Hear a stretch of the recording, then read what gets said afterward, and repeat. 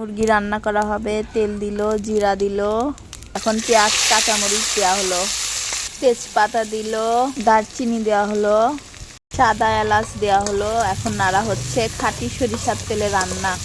মাংস আগেই ধুয়ে পরিষ্কার করে রাখা হয়েছে। এগুলা মশলা, আদা বাটা দেওয়া হলো, বাটা দেওয়া হলো, জিরে গুঁড়ো, একটু পানি দেওয়া হলো। মশলাটা সুন্দর করে কষানো হবে। এখন মরিচের গুঁড়ো দেওয়া হচ্ছে, এর গুঁড়ো, লবণ স্বাদ মতো। মশলা কষানো হয়ে গেছে, তেল তেল উঠছে। মাংস দিয়ে দেওয়া হচ্ছে।